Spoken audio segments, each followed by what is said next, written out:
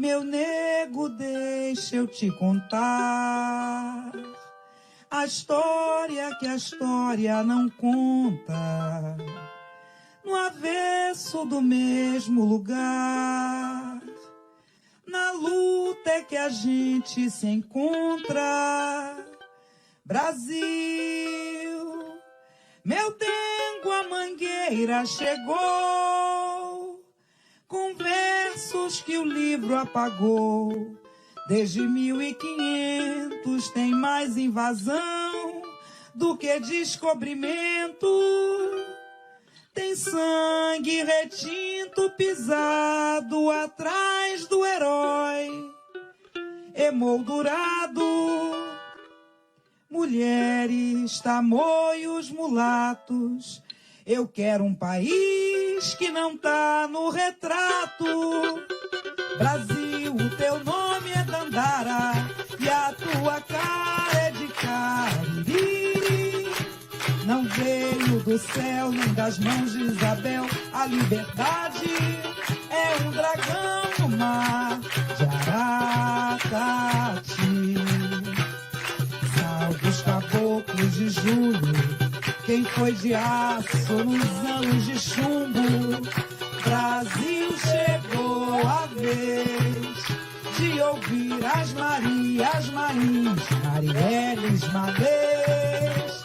Mangueira, mangueira, tira a poeira dos porões ou abre alas pros teus heróis de barracões, dos Brasis que se faz um país de lecis, jamelões, são verde-rosas multidões.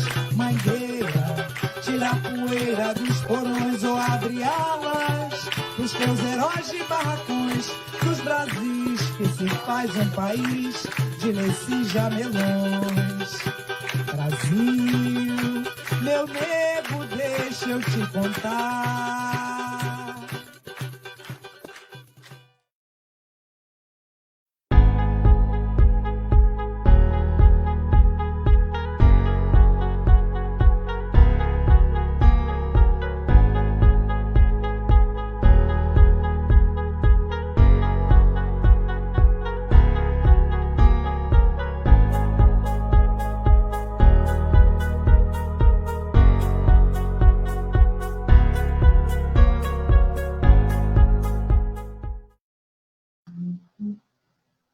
Boa noite a todos e todas, né? Estamos hoje aqui novamente, né? Nosso encontro, a gente criou uma agenda para estar juntas nesse mês de março, em memória, em comemoração ao Dia Internacional da Mulher. Começamos no dia 8, quando fizemos uma roda de conversa falando sobre a saúde de mulher, né, nesse tempo de pandemia, e vamos ter outros temas também relacionados à mulher durante esse mês de março, né? E hoje nosso tema vai ser as mulheres e suas conquistas, né? Como é que essa construiu a luta das mulheres, o que já aconteceu para hoje nós estar aqui falando, homenageando, lembrando e até tendo direitos adquiridos em muitos momentos da nossa vida diante dessas conquistas aí, né? E nós trouxemos 3 mulheres que vêm nos contar um pouco dessa história, né? São 2 professoras e uma jornalista, historiadora também, crítica. Então a gente está emaranhado, né, de histórias que leva a um resultado tão positivo, né, de estarmos realmente fazendo homenagem, tendo esse orgulho, né, dessas mulheres guerreiras, vitoriosas, e tantas outras que estão aí e que estão chegando, né, e que estão continuando essa história. Então, hoje nós vamos conversar com a Rosa Santini. Rosa Santini é licenciada em Química pela UGB, especialista no ensino de Química pela Universidade de Cândido Mendes e mestrando em Química em Rede Nacional pela UF, Volta Redonda. Na Química em todo o ensino médio no CEMIBA e no Medianeira de Barra do Piraí. E nós temos a Gisele também, Gisele Aires. Ela é graduada, mestre, doutora em História Antiga, atua como mediadora pedagógica presencial de licenciatura em área na Unirio por Piraí, pelo Polo de Piraí, pesquisadora do Núcleo de Estudos de Referência da Antiguidade do Medievo Único e do Grupo de Pesquisa sobre Numismática Antiga na USP, e sócia correspondente do Instituto Histórico Geográfico de Vassouras. E nós temos a Inês Pandeló, né? Nossa velha conhecida jornalista, graduada em História e pós-graduada em História Social, conselheira do CIM, que é o Conselho Estadual dos Direitos da Mulher, foi vereadora e prefeita de Barra Mansa e deputada estadual por mandatos. Então, nós temos 3 mulheres aqui que vêm contar algumas dessas conquistas, né? E a gente vai aqui tecendo toda essa história e entendendo por que, né, essa homenagem, por que essa luta, resistência e as mudanças necessárias que a gente vem implementando junto a essa força histórica que nos acompanha, né? Então, nós temos a Rosa vai fazer sua apresentação, depois a Gisele, depois a Inês. Vamos, Rosa? Boa noite, gente. Um prazer, uma alegria ter essa oportunidade. E eu vou começar minhas considerações iniciais com uma pequena provocação para a área da ciência, naturalmente, né? Essa provocação, quem nos faz é um grande professor que tem na área da química, chamado Ático Chassot, que esse ano completa 60 anos de magistério. E vai ganhar um livro em homenagem, os amigos estão fazendo um livro para homenageá-lo, e ele tem os escritos, que a gente tem que pesquisar muito nos escritos dele, porque hoje ele orienta doutores na rede amazônica, ele é do Sul, mas ele quer que os doutores e mestres também aflorem na região norte do país. Eu vou iniciar com o título do livro dele, que é a seguinte provocação: a ciência masculina? E ele mesmo responde: é, sim, senhora. E por que? E aí a gente questiona, né? Por que esse apagamento da mulher? Por que a mulher foi apagada, deixada de lado esse tempo todo na história? E hoje não, hoje a gente vai ver outras conquistas, mas vamos voltar ao passado. E hoje eu estou tranquila para voltar ao passado, porque qualquer escorregada tem 2 historiadoras de peso aqui que vão me colocar no eixo, né? Está ótimo, estou me sentindo muito à vontade. E aí, por que a mulher foi apagada? E eu vou dar um exemplo desse apagamento. Você vai falar assim, não, é mentira. Tem muitos historiadores de peso que vão me colocar. Usamos um dispositivo nas nossas cozinhas e é usado em laboratórios também, chamado banho-maria. Mas de onde veio o banho-maria? O banho-maria veio exatamente de uma alquimista chamada Maria, a judia. A Maria viveu por volta de 270 a.C. E os relatos sobre o que ela desenvolveu aparecem nos escritos no século III de Zósimo, que ele escreveu um tratado prático de alquimia e relata as descobertas dela. O banho-maria foi criação dela, olha só, milenar, né? Ela estava lá antes de Cristo, já tem mais de 2.000 anos que a gente usa o banho-maria e não se refere a Maria, que criou. Outra criação dela importante, usada até hoje, são os alambiques. Ela criou processos de destilação, ela desenvolveu equipamentos para destilação. Gente, tudo isso em mais ou menos 270 a.C. E por que ela foi apagada? Por que não tem registros? Por que só no século III o Zósimo vai fazer um registro? Ainda bem, né? Porque senão ficaria perdido. Hoje a gente não teria fonte para descobrir isso. De que ela é a criadora. Por que eu não aprendi isso na escola quando eu fiz a minha licenciatura em Química? Eu não aprendi isso na escola. Eu não aprendi na minha licenciatura a olhar mulheres importantes para elas serem meus modelos, para eu querer crescer e ser igual a elas. Porque a gente precisa de modelos, não é? Então, nossa provocação é essa hoje. E a gente espera poder desenvolver um trabalho bem agradável junto com as amigas aqui. Obrigada. Quem é a próxima? É a Gisele, né? Gisele, seu som está desligado. Vou abrir agora. Sou eu, Gisele. Oi, gente, boa noite. É um prazer muito grande estar aqui. Eu queria inicialmente agradecer os organizadores desse evento pelo convite gentil. Espero poder estar contribuindo, né, com o debate dessa noite. E, curiosamente, o que eu tinha pensado em falar nesse início vai um pouco ao encontro do que a Rosa colocou.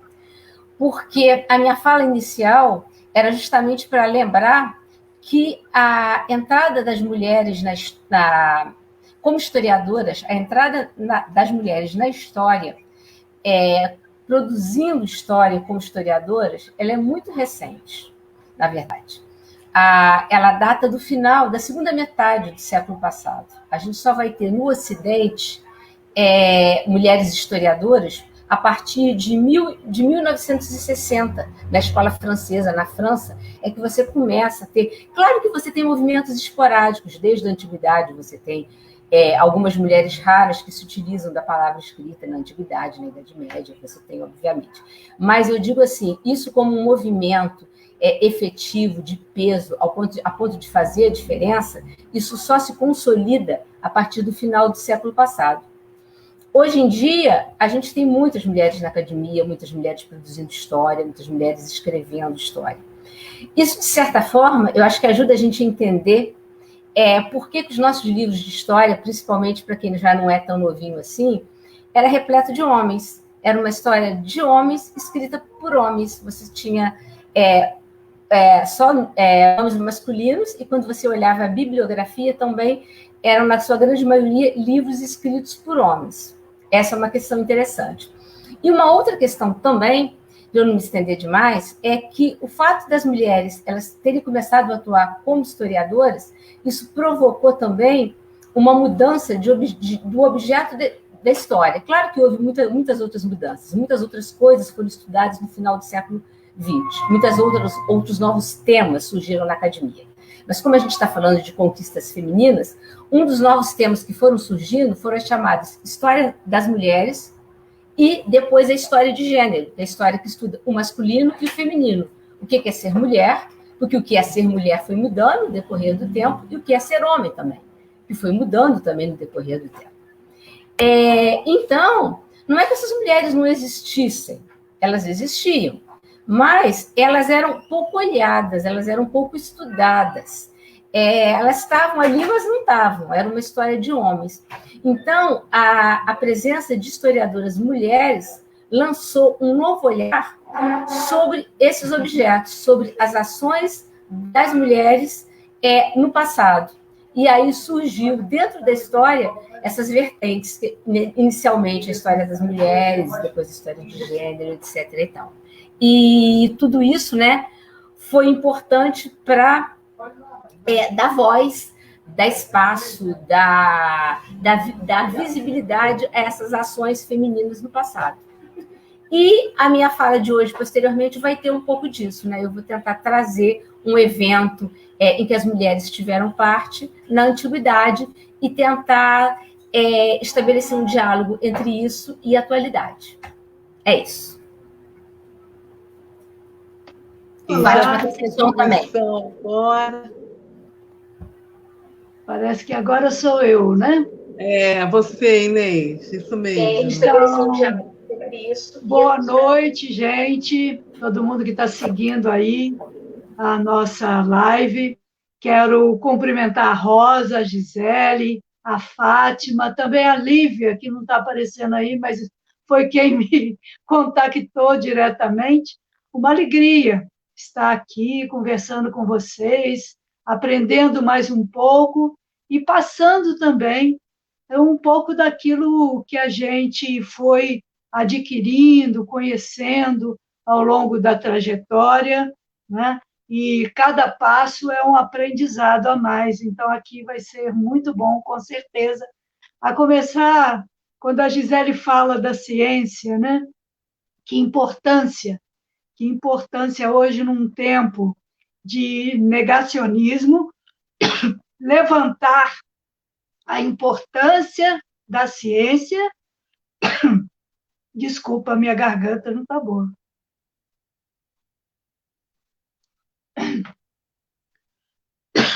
A importância da ciência e a importância das mulheres na ciência.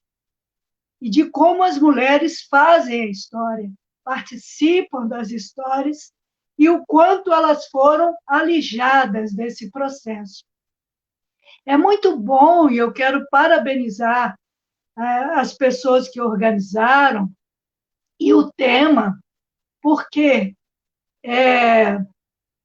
muitas vezes a gente hoje usufrui de conquistas, né, de passos importantes que foram dados, que faz a nossa vida ficar melhor nas diversas áreas, e a gente pensa que tudo foi assim. A gente muitas vezes não conhece a linha histórica e de quanto foi importante lutar para conquistar esses direitos, esses avanços que transformam a nossa vida melhor.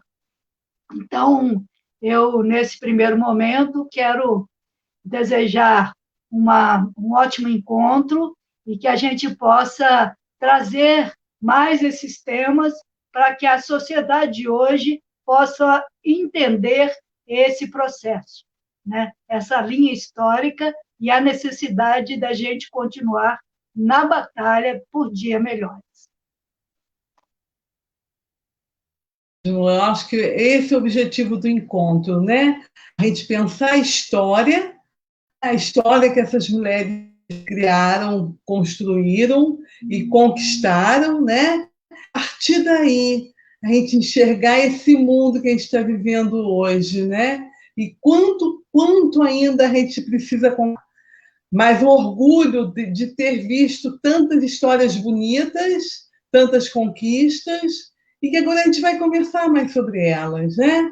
Aí eu volto a Rosa, né? E ela vai estar falando de uma maneira mais assim, tratando, né, Rosa, um pouco dessa história. Eu sei que você não é historiadora, mas você tem a sensibilidade, mas você é uma pesquisadora, né, das artes, da parte química desse universo. Está ouvindo direitinho? Estou ouvindo. Parece que travou um pouquinho, Agora voltou? Tá bom? Voltou. Então, você vai falar um pouco sobre essa sua parte que você também, né, essa pesquisa nessa parte química aí, nessa parte do universo, e o quanto que a mulher tem sido nesse contexto também, né? Que você tem essa sensibilidade também, né? Na área de química, né, o mestrado que eu faço é na área de educação, para melhorar o ensino de química, né? A proposta do mestrado que eu faço é essa.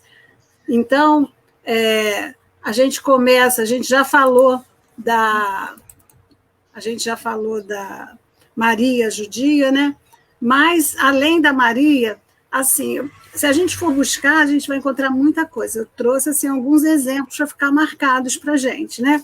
Aí passa um pouco tempo, aí vamos lá para Alexandria, aquela época maravilhosa, né? Que a gente tinha aquela biblioteca enorme de Alexandria, e lá a gente tem a referência da primeira mulher que foi registrada como matemática. Uma mulher excepcional, mas ela é excepcional também, porque ela também, a gente nunca faz nada sozinho, né? Ela contou com apoio, com o direcionamento de um pai maravilhoso. Olha só, ela tinha um pai que era um homem que, com certeza, era um homem que vivia à frente do tempo dele.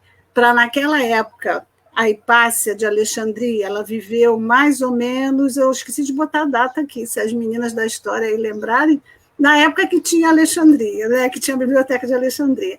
Nessa época, então, ela foi registrada, documentada como a primeira matemática, ela dava aula, mas chegou a época em que houve a transformação da sociedade, adotaram lá o cristianismo, e ela não aceitou. Ela disse assim, não, eu vou continuar adorando os meus deuses. Então, um grupo, olha só, um grupo de cristãos, veja bem, entre aspas, né, de cristãos, com certeza os homens de bem da época, né, as pessoas de bem daquela época, com certeza, eles mataram a Hipácia. Ela saindo do trabalho dela, indo para casa, era uma mulher que trabalhava, ela dava aula, e mataram ela de uma forma inenarrável, né, grotesca, né, de matar, cortar e queimar.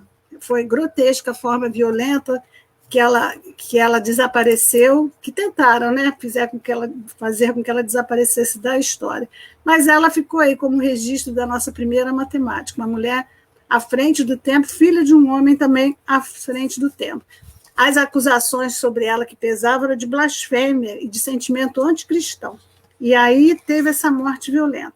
Aí vamos viajar no tempo, vamos adiantar a linha do tempo e vamos lá para 1650, por aí. E aí, na Espanha, a gente vai conhecer a Sor Juana Inés de la Cruz, que era uma mulher inteligentíssima. Aos 3 anos, ela aprendeu a ler sozinha, era autodidata. Aos 16 anos, ela já tinha tanto conhecimento, e ela conhecia tudo. Ela lia livro de ciências, de história, literatura, poesia, ela era versada em tudo. E aos 16 anos, a admiração pela inteligência dela chegou lá, alguém que trabalhava com o vice-rei, e ele conheceu a Juana e ficou encantado. Então, ele fez uma reunião, porque ele queria testar os dotes da inteligência dessa menina, né? E trouxe os sábios de várias áreas, da ciência, da área jurídica, de todas as áreas, para questioná-la. E o resultado foi surpreendente. Ela sabia respostas, sabia responder muito bem tudo. E, na época, ela teve vários pedidos de casamento. Todo mundo queria casar com ela, mas ela não queria casar. Aí ela entrou para uma ordem religiosa. Tem uma história grande, mas eu vou pular para o final da história, né? Final da história dela, 1690, um bispo faz tece toda uma rede de intrigas, né, para que ela seja julgada, condenada por ousadia e desobediência, porque ela fazia coisas que não era dado às mulheres fazer, ela estudava. E aí ela foi obrigada a desfazer da biblioteca que ela tinha e dos instrumentos musicais, material de pesquisa que ela tinha também, que ela era uma pesquisadora. E morreu jovem, né, aos 40 e pouquinhos anos, mas teve uma carreira brilhante, né, interrompida. Por quê? Mais um apagamento, a gente tem que apagar. O professor Chassot, agora a gente vai para 1900, mas antes eu quero lembrar uma coisa interessante. O professor Chassot sempre brinca assim, olha, tem um período da história que se a mulher ficasse inteligente, demonstrasse aquela inteligência, desenvoltura, para acabar com ela era fácil, era só falar assim, é bruxa, queima. E aí que criaram a história das bruxas, vamos queimar, a mulher inteligente, incomodou, né? Vai incomodar. Aí a gente vai avançar mais um pouquinho na linha do tempo e vamos falar do Prêmio Nobel, a primeira mulher que ganhou o Prêmio Nobel, que foi a Marie Curie, a nossa francesa, essa polonesa, né? Ela é polonesa, mas ela veio para a França para estudar, e o primeiro prêmio Nobel dela foi em 1903, que ela ganhou esse prêmio Nobel, também relatando aqui isso, porque é muito importante o apoio, a gente ser unido, mas unido com todos, porque às vezes, quando a gente fala das lutas da mulher, existe uma má compreensão de que parece que a gente está querendo fazer uma guerra. E não é uma guerra, a gente vai vencer e vai superar e vai conquistar coisas juntos. E aí o marido dela, ela se casou com um francês chamado Pierre Curie. Em 1903, o marido e o Becquerel, que é o descobridor aí da radioatividade, eles, na verdade, o prêmio Nobel ia ser só para o Becquerel e para o Pierre. Mas o Pierre, marido dela, falou assim, não, se ela não ganhar o prêmio, eu não vou aceitar, porque ela não é uma colaboradora, ela é uma desenvolvedora, é uma mulher que trabalhou nessa pesquisa. E aí, assim, concederam o Nobel para ela. O primeiro Nobel que ela ganhou foi de Física, em 1903. Mais tarde, um pouquinho, o marido dela morre atropelado, e em 1911, com a descoberta do polônio e do rádio, ela descobriu 2 elementos químicos, inclusive a radioterapia, né? na época dela, chamava Curry Terapia, em homenagem ao nome dela. E aí ela foi agraciada em 1911 com o Nobel de Química sozinha. Mas era muito para uma mulher. Nesse mesmo ano, a Academia de Ciências Francesa não admite ela na academia, por ela ser mulher. Mas ela, mesmo com os 2 Nobel de Química, mas ela não se abalou com nada disso, ela tem um trabalho extraordinário.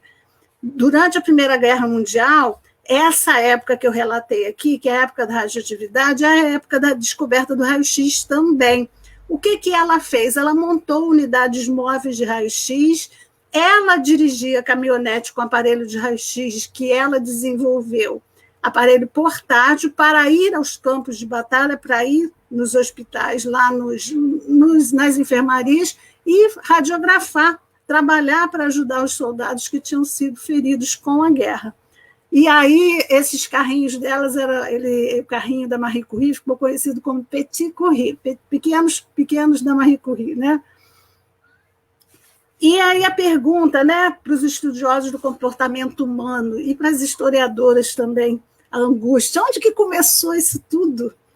Quem foi que teve a ideia de dizer que a mulher não era inteligente como o homem? Quem foi? Aonde que foi o primeiro lugar que essa angústia que a gente tem? Onde foi o primeiro lugar que disseram que a mulher não era capaz? Aonde foi que começou isso tudo, né? Então, muitas civilizações tinham, as historiadoras estão aí, são melhores do que eu para dizer isso. Existiram algumas civilizações onde a mulher era muito considerada, era muito respeitada e ela tinha lá liderança. E ela tratava de igual para igual com homens nessas épocas. Isso é muito interessante a gente pensar sobre isso, desmanchar essas angústias. Por que fizeram isso, né?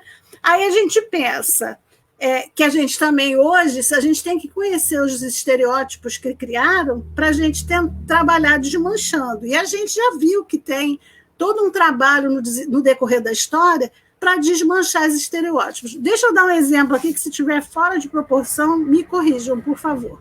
A gente sabe da história do fogo, né? Na mitologia, na antiguidade, a gente sabe que Prometeu, ele roubou o fogo, entregou o fogo aos humanos e ensinou os humanos a usarem o fogo. Certo? Aí Zeus puniu Prometeu.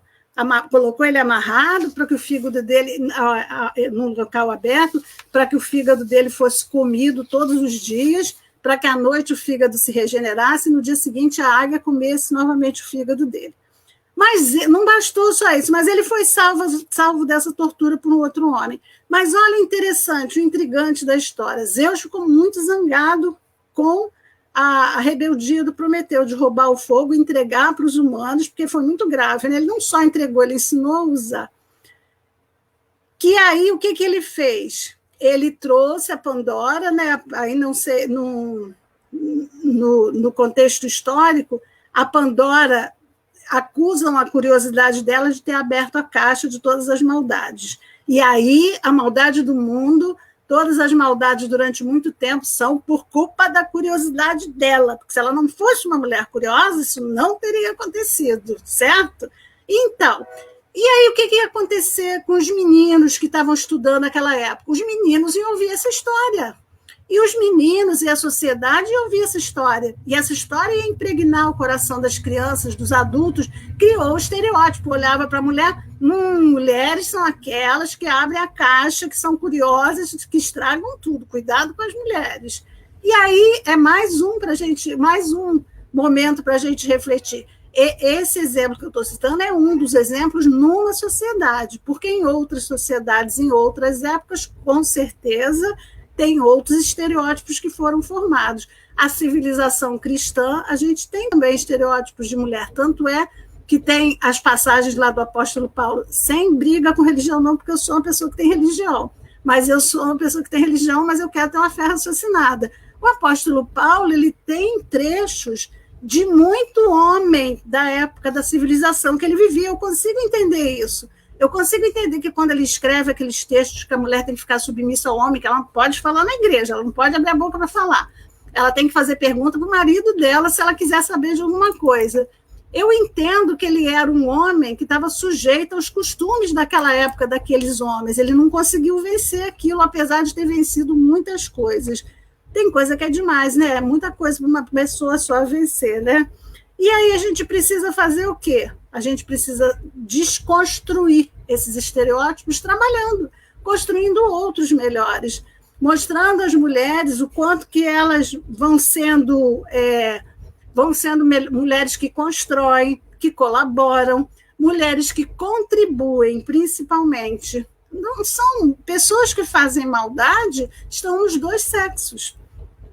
A maldade está na condição humana, algumas pessoas querem fazer algumas coisas que não é eticamente correto, mas não são só mulheres, né? A gente vê isso na nossa política, a gente vê isso nas decisões, e eu nem estou falando da política atual, eu nem estou falando disso, eu estou falando da história nossa, a nossa história no Brasil, como diz o historiador, que eu gosto muito de seguir historiador, né? O Leandro Carnal é um dos meus prediletos, né? E ele fala muito sobre isso. Então, é muito interessante para a gente. E a produção intelectual?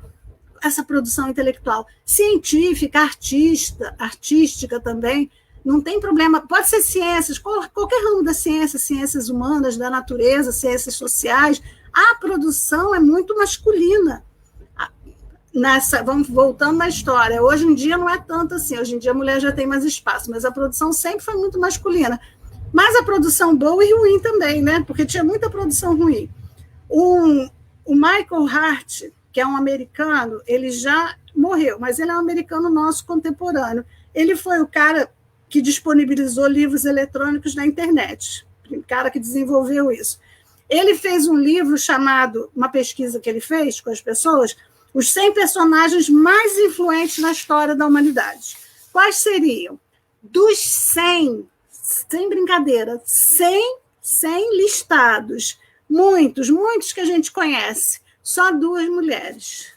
Uma em 65º lugar, a Isabel a Católica, a rainha que financiou a viagem do Colombo, né? E a Elizabeth I, a filha do Henrique VIII, que tem toda aquela fofoca lá dele com a Ana Bolenha, né? As historiadoras conhecem a fofoca histórica melhor do que eu. E aí, para frente, vamos chegar bem para frente. A gente falou do Nobel da Marie Curie. Olha, 2 mulheres, hein? Eu já falei da Maria Judia. Por que ela não está nessa lista? Se até hoje a gente usa alambique banho-maria. O que ela está fazendo fora de uma lista notável dessa? Ela influenciou, é uma influência muito grande você criar um dispositivo, descobrir que a humanidade está usando há milênios e ninguém sabe disso. Eu fui saber isso depois, muito depois de bem madura, depois de muito madura. Então, olha só, e aí a gente volta para o Nobel, deixa eu olhar o tempo aqui, a gente volta para o Nobel. O prêmio Nobel tem pouquíssimas mulheres na área da física, pouquíssimas na área da química, um pouquinho maior na medicina e esqueci o nome do outro. São vários prêmios, mas eu estou dizendo nessa área científica. A medalha Fields, essa que é o tipo Oscar, que é o Nobel da Matemática também, pouquíssimas mulheres que recebem essa medalha. E aí, como é que fica isso tudo, né? E a gente não precisa ir desconstruindo, a gente precisa desconstruindo, mas isso é uma desconstrução diária, e a gente não pode desanimar da tarefa. Não pode desanimar da tarefa, por quê? Porque a gente tem família. Na nossa família tem meninos. E meninos, a gente também tem que saber mostrar para eles e dar um outro tipo de educação, porque é um tipo de educação diferente que muda a sociedade.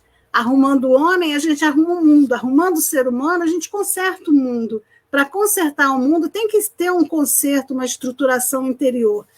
E aí, vamos falar dos avanços agora, que senão fica muito trágico, porque a gente falou só das coisas onde a mulher foi apagada, mas vamos falar de onde a mulher não foi apagada. Vamos falar da conquista, do desenvolvimento, porque se a gente for olhar todos os detalhes, a gente chora de ver que a Rosalinda, a mulher do DNA, ela fez pesquisa, ela descobriu, o camarada pegou a pesquisa dela sem autorização dela, passou para frente, desenvolveu com outro cara e eles ganharam o Nobel e ela ficou de fora.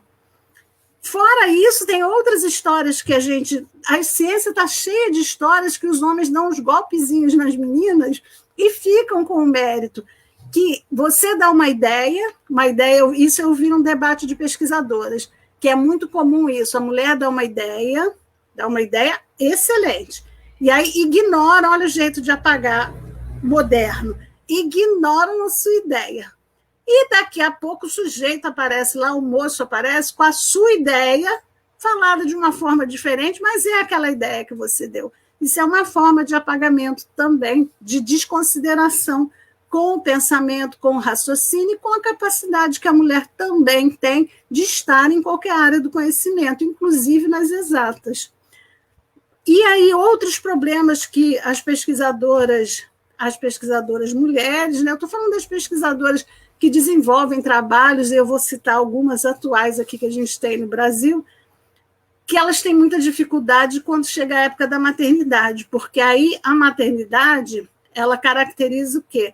Uma época de baixa produção científica. Por quê? Porque você tem um período que você vai se dedicar àquele momento de amamentar, de cuidar daquele ser pequeno, né? Ser que necessita da sua ajuda. Mas olha a boa notícia. Aqui no Brasil agora tem um grupo de pais e mães, que legal que não são só mães, um grupo de cientistas pais e mães. Esse grupo ele tem um site que se chama Parent Science. É um grupo de pais e mães que tem discutido isso, que tem feito seminários buscando soluções para esse tipo de problema. Por que a mulher tem que ser penalizada na época que ela é mãe? Por que ela perde produtividade quando ela é mãe? Não é muito justo isso, né? E para que entre no currículo Lattes também, esse período que você está sendo mãe, que ele não seja contado, não seja descontado, né? Não seja como um peso para o seu tempo de pesquisa. Ele tem que ser desconsiderado, porque naquela época você está sendo mãe, né? E aí, não vou falar só de mulheres, vou falar de mulheres negras agora, porque eu adoro ver quando a gente descobre essas mulheres negras maravilhosas. A gente tem na literatura Conceição Evaristo, hoje a gente tem a nossa filósofa, né, a Djamila Ribeiro, que maravilha, o manual antirracista dela vende muito, isso é muito legal da gente ver. Mas eu vou falar das físicas. Tem uma física na Universidade Federal de Juiz de Fora que se chama Zélia Ludovic. Ela é do Centro de Pesquisa de Materiais e ela desenvolve projeto, ela orienta alunos, ela tem um departamento que ela coordena, um departamento onde ela orienta pesquisa de alunos no sentido de materiais, não partículas, o vidro. Ela desenvolveu, junto com um pesquisador internacional, um vidro de alta resistência. Olha só, umas mulheres maravilhosas. E a gente conhece pouco dessas mulheres na nossa formação científica. Na nossa formação de química, a gente acompanha pouco, trazem poucas referências para a gente de mulheres que estão perto da gente. E essas mulheres, elas estão perto da gente. A Sônia Guimarães é uma mulher negra, a primeira doutora em física do Brasil, e sabe dessa mulher da aula, gente, ela é professora no ITA, há 25 anos. E ela disse que não é fácil, porque os alunos desconsideram quando ela fala. Por que tem que ser assim, professora? Se fosse um homem, eles não discutiam. Mas eu sou uma mulher e negra. Aí ela brinca assim, ó, na minha posição, eu tenho que matar um leão por dia, mas não é só matar, eu mato e tenho que comer ele com juba e tudo, porque senão não fica fácil para mim. É uma brincadeira dela, mas é uma brincadeira para quê? Para mostrar bem a atual situação, que ainda é de muita luta. Mas ainda bem que tem essas mulheres maravilhosas que não desistem da luta, né? Nós temos, agora não posso deixar de falar das químicas, né? Nós temos uma química nordestina que veio para São Paulo, a Vanderlan Bolzani. Gente, essa mulher, nada mais, nada menos, em 2010, ela recebeu o título de membro da Sociedade Real de Química. A Sociedade Real de Química é britânica.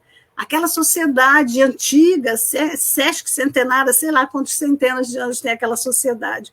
E falar também do programa SAGA da Unesco. A Unesco tem um programa SAGA que é para melhorar a medição e as políticas para a igualdade de gênero na ciência, na tecnologia e na inovação. E, terminando, eu quero falar que, às vezes, eu me identifiquei muito com uma síndrome que eu aprendi. Eu não registrei o nome das pesquisadoras, mas eu vou falar o nome da síndrome, você procura na internet que você vai descobrir.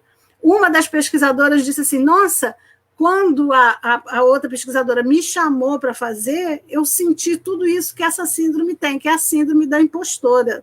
A síndrome da impostora, ela é das mulheres, da gente ser chamado e não achar que a gente é capaz para fazer aquilo. A gente ser chamado para fazer uma coisa, para participar de uma coisa, por exemplo, hoje. Eu falei, nossa, mas tem tanta pessoa mais bem formada do que eu, tanta pessoa com mais anos. Depois eu falei, não, que isso eu não vou recusar o convite da Lívia, eu gosto muito da Lívia, eu vou fazer o meu melhor, eu vou pesquisar. E aí, hoje eu ainda vi umas 2 meninas brincando, ela falou assim, olha, para lidar com a síndrome da impostora, é assim, você, apareceu a oportunidade, você aceita, depois você fica desesperada, mas não deixa o desespero te impedir de aceitar e fazer coisas que vão trazer um crescimento para você como pessoa. Porque a gente melhorando como pessoa, a gente vai melhorar, ficando feliz, fazendo coisas assim, a gente melhora como ser humano dentro da nossa casa, a gente melhora na sociedade que a gente vive, a gente melhora em todos os setores.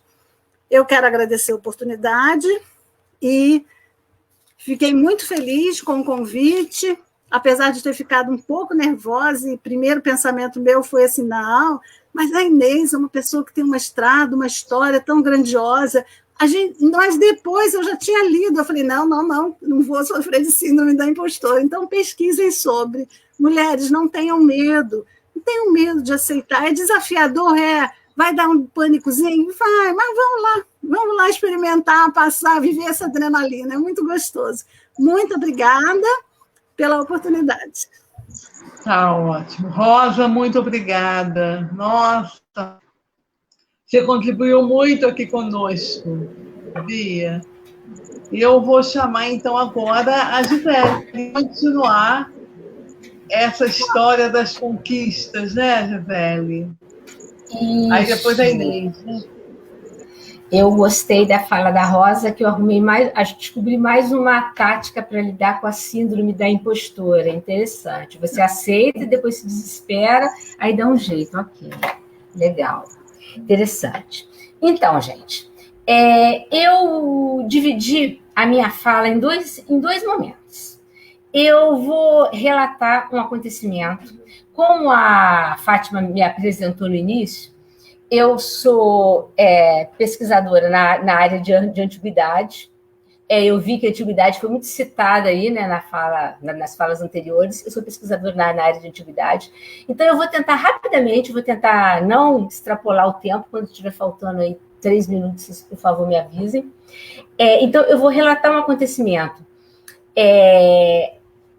ocorrido em Roma Antiga, que envolve um episódio de mobilização feminina no primeiro momento. E no segundo momento, eu elaborei algumas considerações sobre isso para a gente pensar sobre, debater sobre, puxando para a atualidade, puxando para a contemporaneidade. Tá? Vamos ver se vai dar para a gente fazer uma coisa legal, se vai dar para ficar interessante. Esse episódio que eu vou contar, ele, na verdade, ele é narrado por um historiador romano chamado Tito Livio, que escreve na época do primeiro imperador romano. E ele escreve na época do primeiro imperador, mas ele escreve sobre um acontecimento que se dá antes dessa época, quando Roma ainda era uma república, quando a cidade de Roma ainda era uma república, que é uma coisa que muitas vezes a gente não pensa. A gente acha que Roma sempre teve imperadores, né? A gente tem a imagem de que Roma sempre teve imperadores. Mas não. Antes dos imperadores, a cidade de Roma era uma república, então ela tinha um senado uma estrutura bem parecida com o nosso, ela tinha eleições, ela tinha plebiscitos, então a nossa república, a nossa estrutura republicana, ela deve muito à Roma Antiga.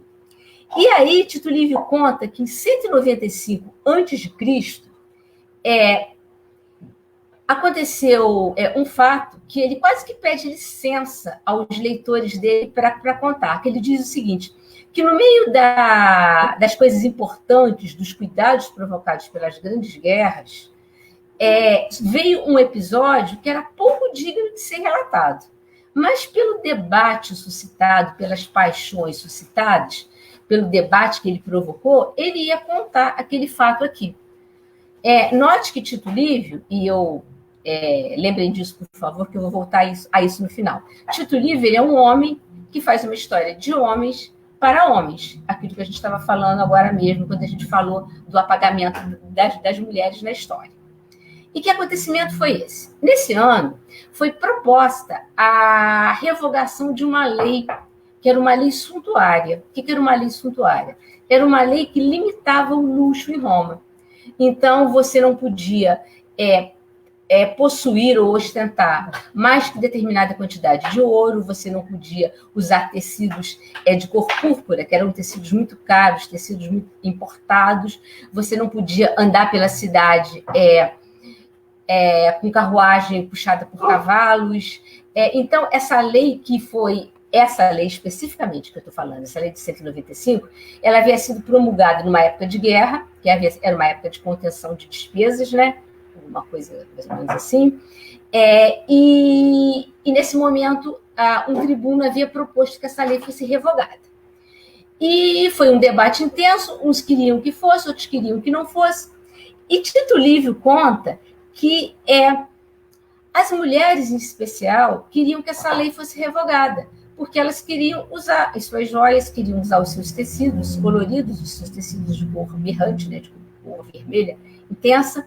E aí ele fala que muitas mulheres foram para o centro da cidade e começaram a chegar não só dos arredores de Roma, mas também das províncias, e começaram a encher o centro, a lotar o centro de Roma e falar com os políticos, falar com os magistrados, porque a mulher ela não tinha direito a voto, ela não tinha acesso à cidadania. A cidadania no mundo antigo é uma cidadania masculina. Então, o que essas mulheres? Essas mulheres elas começam a se mobilizar, mas no sentido assim, de acessar esses homens que iam votar pela revogação ou não da lei. E isso é um comportamento chocante para ela. O Tito Livio ele transcreve, né, o discurso de 2 oradores, sendo que um deles, que era contra, eu vou rapidamente resumir aqui, né, não tem tempo de a gente falar muito, que é um orador chamado Pórcio Catão, e ele ficou horrorizado. Ele chega na Assembleia e fala, é o fim do mundo. Quando eu estava vindo para cá, no centro da cidade, eu encontrei mulheres. Mulheres que falavam com desconhecidos.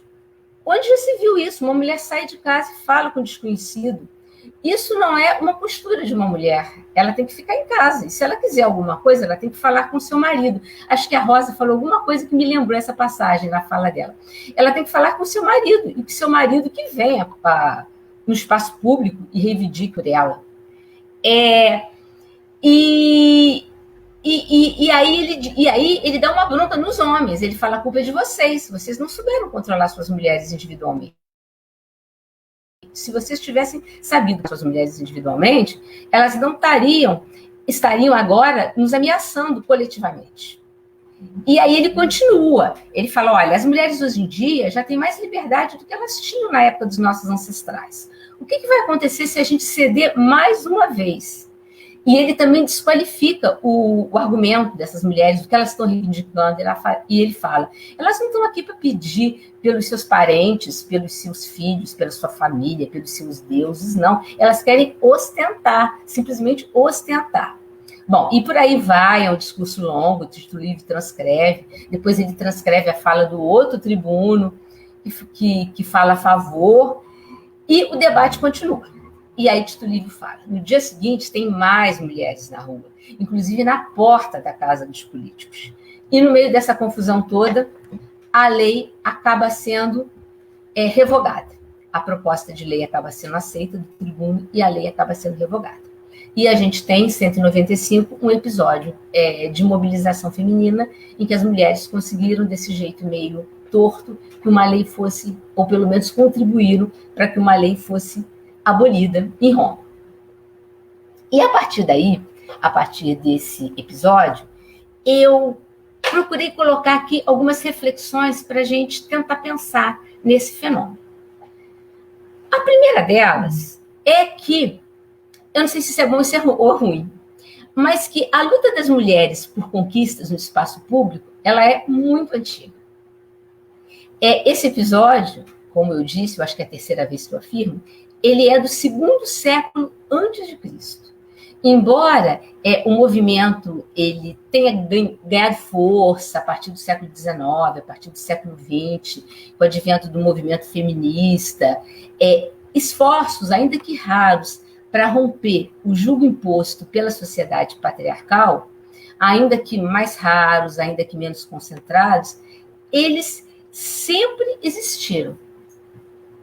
Mas, ao mesmo tempo, é interessante notar que esse movimento ele não segue um padrão linear e crescente. Por exemplo, esse 2º século da República Romana, ele é um movimento assim, muito rico no debate público. Ao mesmo tempo que a gente tem esse episódio das mulheres, é um momento em que a gente tem assim, discussões de reforma agrária, é um momento em que a gente tem mudanças no sistema judiciário romano. Então, é um momento que o debate público está aquecido. Os séculos seguintes, na própria Roma, depois na Idade Média, nem tanto. Então, eu acho que uma outra questão também para a gente ser pensada é que não é verdade que uma vez que um direito está conquistado, ele está assegurado e pronto, acabou. Ao contrário, exige, tudo exige uma mobilização constante. Isso vale de um modo geral e vale também para as conquistas femininas, acho eu. É uma questão que eu coloco aí para a gente poder pensar, talvez, nos debates. Um outro ponto que eu acho interessante é que a conquista das mulheres ao longo da história, ela equivale, entre outras coisas, na conquista do direito à palavra. Porque o Tito Livio, e eu falei no início e pedi que vocês lembrassem, ele é um homem que escreve uma história para homens. Nessa passagem da obra de Tito Livio, que é o livro 34 da história de Roma que ele escreve, tem o nome da lei, que ganhou o nome do tribuno que havia proposto essa lei na época da guerra. Tem o nome do Catão, tem o nome do outro que fez o discurso, tem o nome dos tribunos que queriam revogar a lei, tem o nome de não sei mais quem, tem o nome de não sei quem, tem o nome de um monte de homens. Só que não tem o nome de uma mulher sequer. A gente não conhece nenhuma dessas mulheres. Então, não há vozes femininas. Ou, não há exagero meu, mas essas vozes femininas, elas são muito esporádicas. No caso da antiguidade, para a gente fazer ouvir essas vozes femininas, né, como a gente está tentando fazer agora, tentando lançar luz sobre essas mulheres, a gente tem que escutar os homens, porque elas mesmas não deixaram o seu testemunho escrito de forma nenhuma. E o próprio Catão, ele alude a essa questão da palavra, do não falar, do não poder falar, quando ele cita que as mulheres não podem falar a desconhecidos, que elas não podem se pronunciar em público. Ele diz, não, elas têm que falar em casa com seus maridos. Eles é que falem depois. Então, há essa proibição da mulher se pronunciar em público. Nesse sentido, eu acho que ainda há, mesmo na atualidade, um longo caminho a percorrer, porque as vozes femininas, elas ainda, mesmo com todas as conquistas, né, que a gente observa hoje em dia, as vozes femininas, elas ainda têm uma dificuldade para serem ouvidas, principalmente quando elas são vozes imbuídas de poder. Tem uma historiadora britânica, talvez a classicista mais famosa da atualidade, que é a Mary Bird. Ela tem um livro recente em que ela estuda essa questão ela se dedica também a questão do feminismo e em diálogo com a antiguidade. E quando ela fala em vozes femininas, ela diz a voz feminina em público, ela é mais aceita quando a mulher fala como vítima de violência, vítima de abuso. Até aí, ok, tem que falar mesmo. Se ela é vítima de violência, ela tem que denunciar. Mas ela é ainda mais difícil de ser aceita quando esse discurso ele é um discurso de poder. Aqui, por exemplo, a gente está numa mesa de mulheres, mas não raro, quando você está numa mesa em que tem mulheres e homens, um homem falando e alguém falando, ok, um discurso. Mas uma mulher falando, ela é sempre uma mulher falando, em meio a homens. E muitas vezes isso faz a diferença. Né? Então, discursos são espaços de poder, e muitas vezes a mulher, quando ela tem esse discurso, e esse discurso ele está imbuído de alguma forma de poder, ela tem essa dificuldade por ser mulher. É mais uma questão que, desde a antiguidade,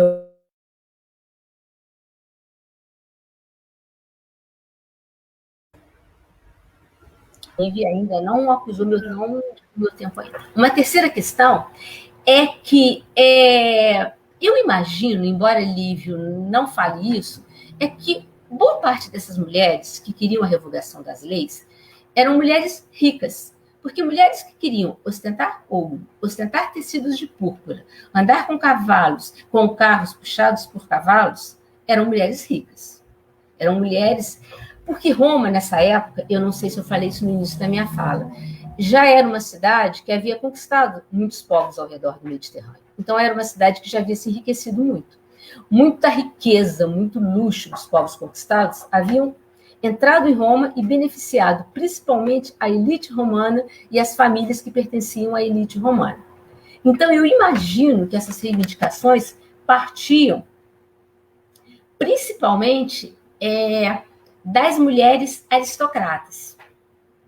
E aí eu fico pensando o seguinte, que a questão das conquistas femininas, ela é um conceito muito diverso, ele é um conceito muito plural, porque essas mulheres, provavelmente, elas eram mulheres ricas, privilegiadas, mas que ainda assim sofriam algum tipo de discriminação dessa sociedade machista e patriarcal. Então, mulheres, eu acho que é um termo muito diverso. Existem muitas mulheres com muitos anseios, com muitas necessidades e muitas situações, e que todos esses anseios e todas as necessidades, eles são legítimos na sua forma, no seu modo. E muitas vezes a gente tende a validar ou hierarquizar determinadas lutas, e com isso você perde um pouco da diversidade do movimento. Platão, ele desqualifica um pouco essas reivindicações, quando ele diz assim, elas só querem ostentar. E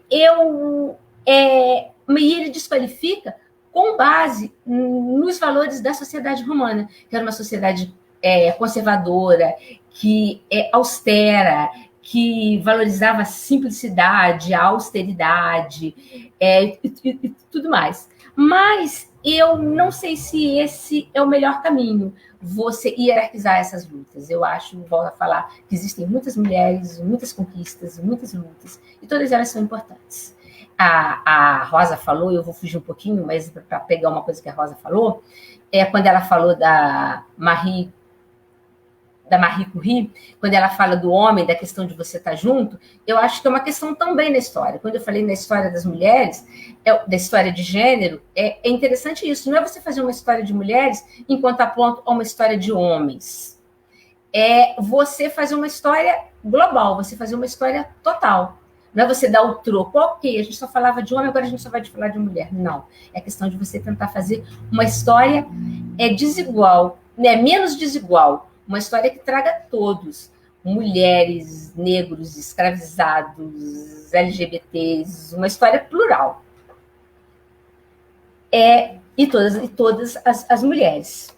E, com isso, com essa última observação, né, de você pleitear uma história, não só do ponto de vista de quem produz, mas do ponto de vista de quem é o objeto da história, ou seja, de quem é o estudado pela história, eu vou ver minha quarta observação e eu vou encerrar a minha fala aqui.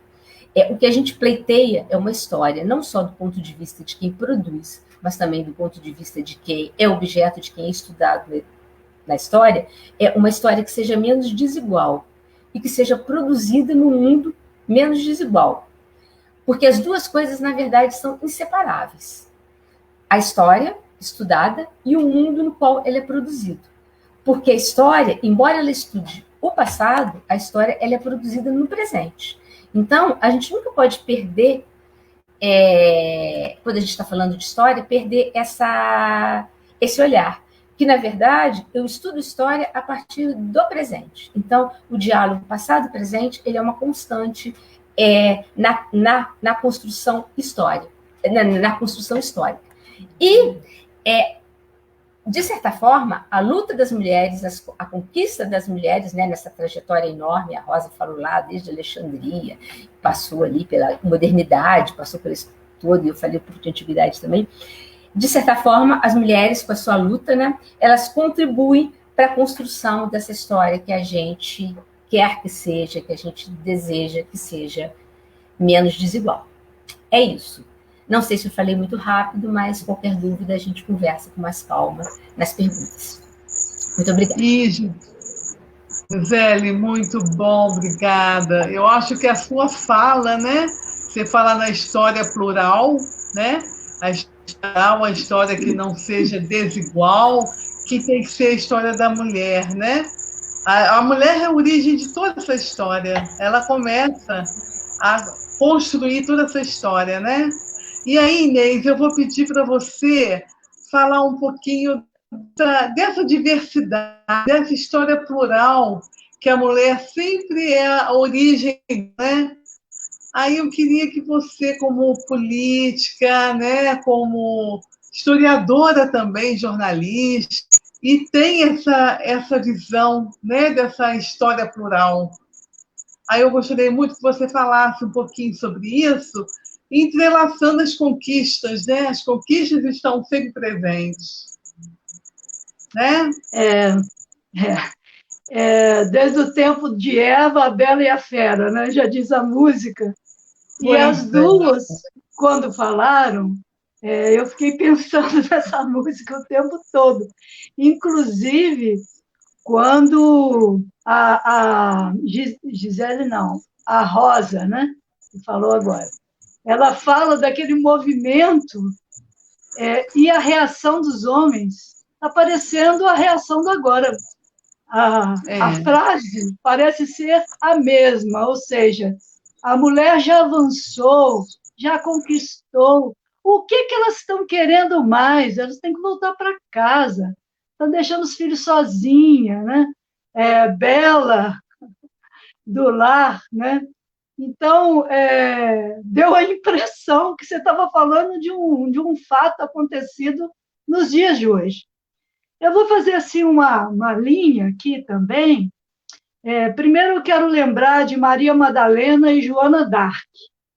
Poderia lembrar de outras, mas a Maria Madalena, né, agora o Papa Francisco reconhece como uma discípula, né, e santa, mas o quanto ela foi criminalizada ao longo desses séculos, né, como uma prostituta, uma mulher que realmente não merecia, né, ter ali o convívio de Jesus, quando, na verdade, ela dava o suporte. Quem tem Netflix, fazendo uma propaganda, procure lá a série Maria Madalena, que é muito emocionante e muito interessante. A Joana d'Arc, né, também, recentemente, que foi reconhecida, mas ela foi para a fogueira como uma bruxa, né? E acabou virando santa no decorrer dos séculos, mas são duas mulheres que foram criminalizadas e podem simbolizar outras mulheres nesses dois períodos, né? O período de Jesus e das pedradas, e eu fico pensando em Maria, né? Se José não tivesse assumido ali a Maria como esposa, ela seria apedrejada naquela época. E Joana d'Arc e as bruxas, né, que já foi citado aqui, que foram para fogueiras, tantas delas. Eu quero pegar aqui na Revolução Francesa, já, quando liberdade, fraternidade, igualdade era o lema. No entanto, as mulheres ainda continuavam fora dessa sociedade. Tanto é que Olympe de Gouges escreveu uma declaração dos direitos da mulher e da cidadã na época, em 91, né? escreveu a respeito disso para alertar aqueles revolucionários de que a revolução não estava contemplando as mulheres, né? E depois, quase no mesmo ano, um ano depois, na Inglaterra, a Mary Wollstonecraft, eu não sei se é assim que fala, viu? Faz de conta que é. Na Inglaterra, escreveu também um documento defendendo a educação para meninas, aproveitarem o seu potencial, porque as meninas não podiam estudar, não tinham direito à educação. E aí a gente coloca essa parte mais europeia, mas não podemos esquecer da parte da mulher negra. E aí a gente vê em 1500 no Brasil, quantas mulheres contribuíram na luta pela libertação dos escravos, não muito reconhecidas, né? Não muito colocadas na história. Nós temos aí Zumbi de Palmares, Dandara, mas aqui na nossa região, nós temos uma história que não é muito contada, mas que a gente precisa contar mais, que é a revolta de Pati de Alferes Vassouras. A Mariana Crioula era escravizada, portanto, nascida no Brasil, tinha mais ou menos 30 anos na época, era costureira, mucama, de Francisca Elisa Xavier, esposa do capitão-mor Manuel Francisco Xavier. Ela era conhecida como Rainha do Quilombo, porque mesmo ela, naquela época, podia dizer que tinha uma certa regalia, já que era dama de companhia, ela se juntou a Manuel Congo e liderou uma rebelião aqui na nossa região. Quem vai em Pati tem lá o Memorial Manuel Congo, e eu, como deputada, criei o livro dos heróis do estado do Rio de Janeiro, e os 2 primeiros heróis que eu fiz questão de colocar lá foi Manuel Congo e Mariana Crioula. Então, eles são herói e heroína do estado do Rio de Janeiro.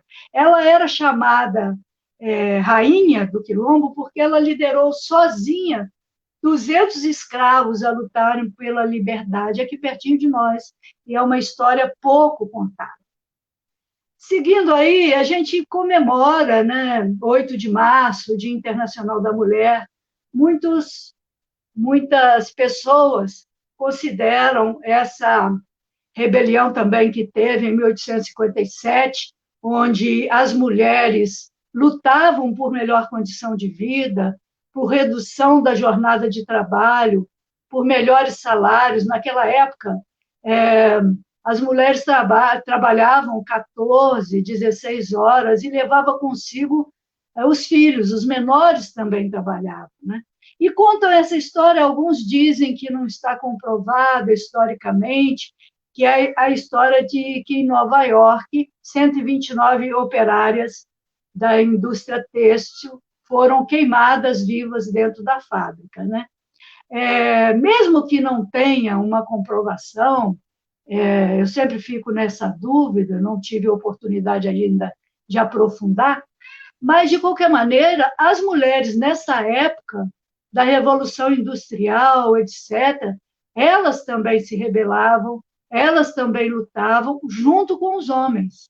E é graças a essas mulheres que a legislação trabalhista foi ampliando, né, em direitos, entre elas, os homens da época, e depois as que vieram nas organizações sindicais, né? Aqui mesmo na nossa região, tivemos organização sindical muito fortes. Valença, aí pertinho, né? Tinha também uma indústria têxtil, onde as mulheres se juntavam muito. Eu cheguei a conhecer algumas que reivindicavam muita melhoria naquela época aí, não tão longe, não me lembro o ano, mas não tão longe. Em 1917, Leolinda de Figueiredo Daltro é uma professora, fundadora do Partido Republicano Feminino. Ela liderou passeatas no Rio de Janeiro, exigindo voto. que o voto fosse estendido às mulheres. Ela criou esse partido e tentou se registrar como candidata, mas não foi aceita. Mas você imagina, em torno de 1910, que tem até a música, que se as mulheres mostrassem o calcanhar, o namorado, coitado, era obrigado a casar, a Leolinda saía na rua com mulheres exigindo direito ao voto, né?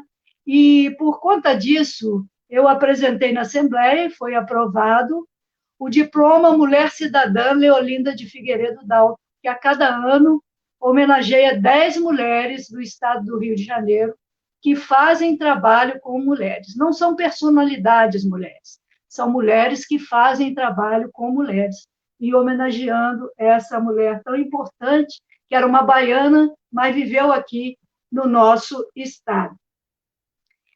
Em 1922, foi fundada uma federação, a Federação Brasileira pelo Progresso Feminino, e quem fundou foi uma cientista, viu? Berta Lutz, a principal articuladora do movimento feminista nesse período. Então, nesse período, no mundo e no Brasil, era o momento do movimento sufragista. A gente pode dizer que a primeira onda do movimento feminista no mundo foi o movimento sufragista, que exigia direito ao voto, mas também exigia educação, direito à educação para as mulheres. Também tem um filme muito legal, quem não assistiu, é bom pesquisar, As Sufragistas. Não foi mole isso, não. Os homens não cedeu o direito ao voto tão facilmente, não. Teve luta, e luta braba, hein?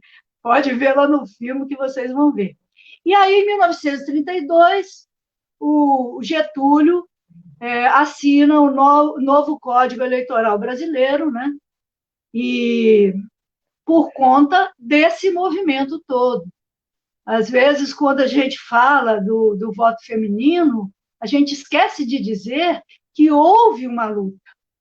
Não foi simplesmente o Getúlio que imaginou que as mulheres podiam ter esse direito, mas ele foi levado a isso. Inclusive, Berta Lutz chegou a ser deputada federal e foi uma das que ajudou a fazer esse código eleitoral. Em 1934, já elege, então, a primeira deputada do país, a Carlota Pereira Queiroz, né? E em 49, aí voltando para o mundo, porque as coisas estão interligadas, né? Uma coisa puxa a outra, a conjuntura do momento vai criando elos, fortalecendo outros momentos, e as coisas vão surgindo. Então, em 1949, a famosa Simone de Beauvoir publica o livro chamado Segundo Sexo. E o Segundo Sexo, ela analisa a condição feminina, né? O que é ser mulher, né? Tanto é que ela fala, não se nasce mulher, torna-se mulher, porque é uma condição da sociedade que vai tirando papéis de um e de outro. E agora, recente, ela foi tão mal interpretada, usando isso para falar contra gênero, que acabou sendo uma palavra criminalizada também, na hora de fazer os planos municipais, estadual e nacional de educação, tiraram a palavra gênero de tudo. Dizem que até, em certo lugar aí, até a palavra gênero alimentício foi tirada. Então, ela colocou isso, né, para dizer que é um fruto da cultura machista, patriarcal da sociedade, não que você tem que transformar o homem em mulher e a mulher em homem, embora existam essas discussões de gênero que está colocada, e quando a gente fala de mulheres, nós temos que levar em conta tudo isso, levar que mulher não é uma massa única, né? Existem diferenças, inclusive mulheres lésbicas, mulheres trans, né? Que também, dentro desse conceito de sociedade discriminatória, machista, etc., elas são colocadas ali, alijadas, né, à margem, muitas vezes.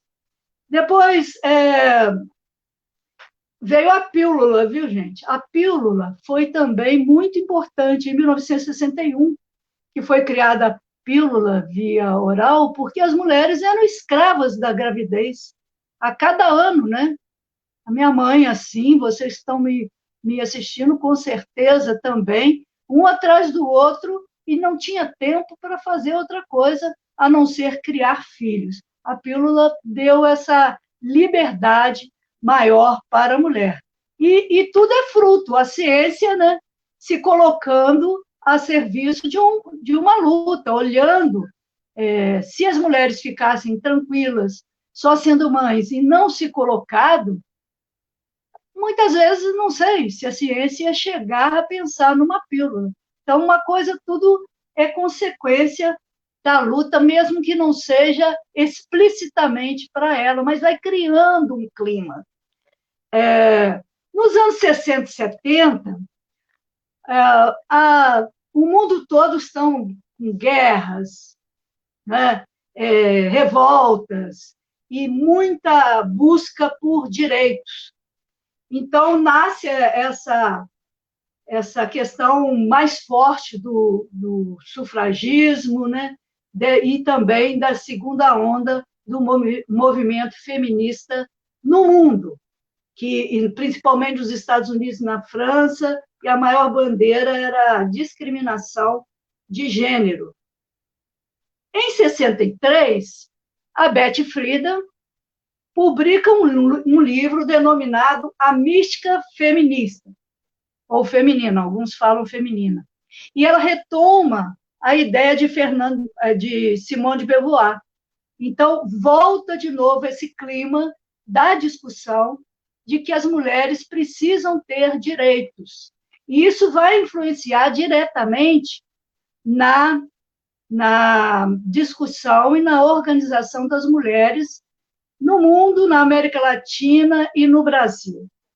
Voltando de novo à questão das feministas, né? As feministas negras, como Angela Davis, Alice Walker, compartilham do ponto de vista, assim, nós mulheres não temos que ficar só centrada na questão europeia, a gente tem que criar o nosso feminismo, né? Pressionada a ONU com esse movimento todo, em 1975, considera o Ano Internacional da Mulher e a Década da Mulher. E no Brasil, teve a presença da Betty Friedan, aqui, e nisso foi criado aqui, no estado do Rio de Janeiro, o Centro da Mulher Brasileira, que foi fundado em 8 de setembro de 75, criando aí um marco da segunda onda do movimento feminista. Daí para cá, aí vieram várias conferências, né? Tem a Conferência de Belém do Pará, CEDAW, pela eliminação da violência contra a mulher. Nos anos 70, veio um movimento Quem Ama Não Mata, porque na época, anos 70, viu, gente? Na época, morreram mulheres em Minas, em São Paulo e no Rio, mulheres de classe média, onde os maridos pegaram penas levíssimas em defesa da honra. Eu matei em defesa da honra. E teve esse movimento tão importante que virou até seriado da Globo, com o mesmo título, Quem Ama Não Mata. E agora a gente está vendo essa coisa da defesa da honra ser colocada novamente. Você vê como é que a história né? Ela vem e volta. Então, agora, 2021, o Supremo decidiu, por unanimidade, não ser possível a absolvição de réus baseado na tese da legítima defesa da honra em caso de feminicídio. Você vê quanto tempo durou isso? A gente pensou, eu pensei que estava livre disso, de repente isso retoma. Ainda bem que a justiça considerou que não se pode mais fazer isso, né? Começam a ser criados os conselhos das mulheres, lá por volta de 83, em 85, foi criada a primeira delegacia de atendimento especializado à mulher, em São Paulo. Depois, em 87, foi criado o CEDIM, Conselho Estadual dos Direitos da Mulher, aqui do Rio, que eu faço parte. Vieram as conferências, né, nacional dos direitos da mulher, vieram, em 96, o sistema de cotas na legislação eleitoral brasileira, e que depois se transformou em 30%, e tanto vale para homem ou para mulher, tem que ser preenchido, porque antes eles não preenchiam, né? 2006, a Lei Maria da Penha, aí a gente vê como uma grande vitória lá de trás dos anos 70, que se coloca aí, sancionada pelo presidente Lula, que cria a Secretaria Nacional de Políticas para as Mulheres, com status de ministério também. E em 2010, a gente elege a primeira mulher presidenta da República, Dilma Rousseff, que, sem ter crime algum, é tirada da presidência, infelizmente. Foi um golpe, eu não tenho dúvida disso. E cada vez tem ficado mais claro isso. E, em 2015, sancionada a lei do feminicídio, colocando o assassinato de mulheres entre crimes hediondos. E eu vejo isso como uma grande vitória de uma luta que foi sendo construída passo a passo.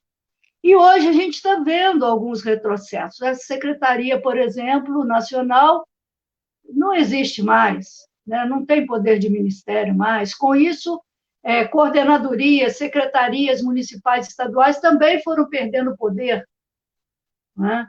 Esses pensamentos machistas, retrógrados, que são repetidos até pela presidência da República, pelo próprio presidente, inclusive, pela própria ministra, infelizmente uma mulher, que repete esses conceitos, deixa a gente muito triste, ainda mais em momento de pandemia, as mulheres sendo mais violentadas ainda em suas casas. A gente fica muito triste. Mas, olhando a linha histórica, a gente pode afirmar que tudo o que foi conquistado foi fruto de muita organização e muita luta. Então, e quando houve retrocesso, a luta foi retomada, né? Que foi falado aí, a história não é uma linha reta, né? Ela pode ter momentos de retrocesso e você se organiza, né? A população se organiza, homens e mulheres. Hoje tem cada vez mais homens entendendo essa questão da importância das políticas públicas para as mulheres, né? Então, se há retrocesso, cabe ainda mais luta para manter, porque não, é isso aí que vocês falaram, não é que ganhou, está garantido, não, você tem que lutar para garantir, para conquistar e depois lutar para garantir. Então, nós temos que manter e fortalecer essa luta. Não sei se eu passei muito tempo, saiu aqui um chatzinho, mas eu não estava conseguindo parar para ver o que estava escrito. É isso, gente. Era 3 minutos. Acho que eu acabei na hora, hein? Isso, gente. Nossa, vocês foram brilhantes, gente. Foram brilhantes. Conseguiu falar mesmo dessa conquista, né? A história e a sua conquista, né, das mulheres. Eu estou vendo aqui que tem algumas perguntas. A Tânia, espera um pouquinho. A Tânia pergunta sobre falar um pouco a história da Joana d'Arc, né? E a Dulce também faz uma pergunta sobre a importância do socialismo, né, nesse avanço da conquista da história das mulheres, né? Ela fala um pouco sobre isso. Eu estava aqui lendo o chat e perdi aqui, gente. mas eu lembro mais ou menos das perguntas. Uma pergunta também da Ana, que fala da importância, está aqui, né? A Dulce pergunta que em cima do que o sociólogo Boaventura de Souza Santos falou, que o capitalismo se do colonialismo e o patriarcalismo, né? Ele se baseia nesses dois pontos aí, né? Então, as mulheres só se libertarão plenamente com o socialismo? É a pergunta que a Dulce fez aqui, né? Para a gente estar fazendo um debate. E a Ana também faz uma pergunta sobre a importância dessa história. Aí gostaria que os pesquisadoras falassem sobre o uso do gênero nas escolas. Há um grande preconceito e até um clima de terror das mães quando se fala sobre esse assunto, né? Que demonstra um total desconhecimento sobre a sua importância, principalmente para as mulheres. Então, tem essas perguntas aí, eu não sei como a gente poderia cada uma fala um pouco de cada pergunta. São 3 perguntas, eu acho que é interessante, né, gente? E eu só queria também resistir a um comentário que eu vi do Jorginho aqui no chat, que ele fala que a história, a ciência e a política são palavras femininas. Pois é, são palavras femininas revolucionárias, né, gente? É importante a gente estar ressaltando aqui, né? Vocês acham interessante a gente trabalhar essas 3 perguntas com vocês agora? Aí, se a Rosa quiser falar alguma coisa sobre essas 3 questões levantadas, aí depois a Gisele fala também, aí a Inês complementa, né? E depois a gente faz as considerações finais, tá bom? Assim? Eu vou falar rapidamente, porque eu acho que a Inês está mais preparada para responder sobre o socialismo, capitalismo. Eu tenho ideias, mas eu não tenho o aprofundamento que eu acho que deve ter para responder. Vou passar a bola para a Inês falar sobre isso, né? Sobre a Joana d'Arc, ela já falou, né? O destaque da Joana d'Arc, ela já deu aqui. A Joana d'Arc, a gente conhece a história dela, que a gente aprende na escola, né? É uma das poucas mulheres que a gente aprendeu a história dela na escola, né? É uma mulher que liderou um exército, é uma mulher que fez todo o possível para levar a França ao sucesso, vamos dizer assim, né? E depois foi queimada como bruxa. Aí, provavelmente, nesse ponto, a Gisele pode esclarecer melhor os motivos disso, né? A minha fala é só para dizer que não sei. É só para dizer que eu não posso dizer tanto assim, certo? Aí falei da Joana d'Arc, falei do socialismo e do capitalismo, e eu esqueci a outra pergunta. Alguém pode me ajudar? O estudo de gênero nas escolas. É que isso... eu conheço pessoas também desesperadas que já colocaram postagens, comentaram em postagem minha com medo de ir para a escola e a filha receber uma educação que... toda aquela falácia que espalharam a respeito de que queriam se impor que as crianças escolhessem o gênero. Gente, isso nunca existiu. Nunca existiu. Nunca, tal do kit gay, nunca existiu isso. Eu argumentei com a pessoa, falei, minha irmã trabalha em escola pública há 17 anos, nunca ela comentou, perguntei para ela, quantos kit gay você já recebeu? Isso é uma falácia, uma bobagem, né? Então, o que é o estudo do gênero? É o procedimento normal na nossa vida. Eu acho que a gente, como professor, você tratando a sua turma com respeito, tratando as pessoas com respeito, não permitindo, não admitindo as piadas, né? As piadas que vão desmerecer a sexualidade de alguém, ou essas manifestações, discutir essas manifestações. Eu não posso falar do segmento infantil, porque eu não trabalho com eles. Eu trabalho com gente maior, que a gente conversa sobre essas coisas. E eu vejo a juventude de hoje, quando eu converso com os alunos, eu vejo muito... eu lembro muito da música do Lulu Santos, tá? Eu vejo um novo início de era, de uma gente elegante, fina e sincera. Eu acho que esses jovens eles estão acompanhando bem esse progresso da humanidade, e eles vão colaborar e colaboram bastante com essas discussões. ensinar gênero, acho que não é bem a expressão correta. A gente não tem uma disciplina, vamos ensinar gênero, não. Esse assunto ele está ali no meio, ele é transdisciplinar, é assim que a gente diz.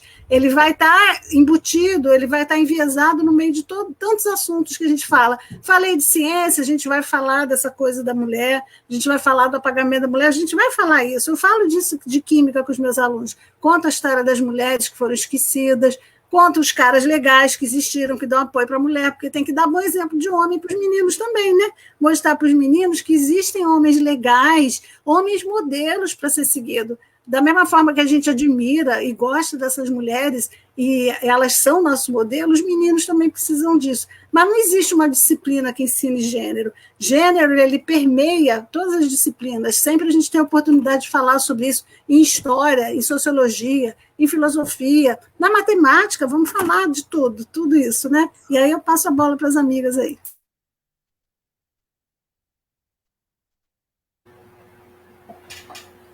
Bom, vamos lá. Gisele, fala um pouquinho, então, Gisele? Falo. Olha só, eu vou começar de trás para frente, da ordem que você fez as perguntas. Essa questão de gênero, eu acho que, na verdade, é um desconhecimento das pessoas sobre o termo. As pessoas vão replicando as coisas sem saber exatamente do que estão falando e criam, assim, uns medos, uns mitos, umas coisas meio estranhas e não sabem exatamente do que se trata. Daí a importância da gente tentar qualificar realmente o debate. Porque o gênero, como a Rosa falou, na verdade, você é o feminino e o masculino através das épocas. É o que é ser mulher, o que é ser homem através das épocas. Não tem nada de complicado nisso, não tem nada de mais nisso. Não tem nada de bicho-papão nisso, não tem nada de assustador nisso, na verdade. Eu acho que, na verdade, cria-se. A palavra, o termo, ele é manipulado com determinados interesses, cria-se um temor inexistente e isso é utilizado de uma forma errônea e as pessoas vão repetindo isso, replicando isso, se assustando sem necessidade. E é uma coisa importante, tipo assim, é aquela coisa, você ser homem, você ser mulher hoje é diferente do que era 100 anos atrás, há 200 anos atrás. Não só ser mulher. Hoje em dia é normal, por exemplo, um homem cuidar dos filhos, cuidar da casa, tomar conta do bebê e tal. Uma coisa que, na época do meu pai, por exemplo, era uma coisa estranha. O pai levar a criança na escola, levar a criança para passear, hoje em dia é encarado com naturalidade. Então, o conceito de ser homem, ele também foi mudando. Então, o gênero, ele não só respeita. Então, é uma coisa... Eu acho isso muito tranquilo, na verdade. Eu não vejo nenhum problema nisso. Mas são problemas que as pessoas criam.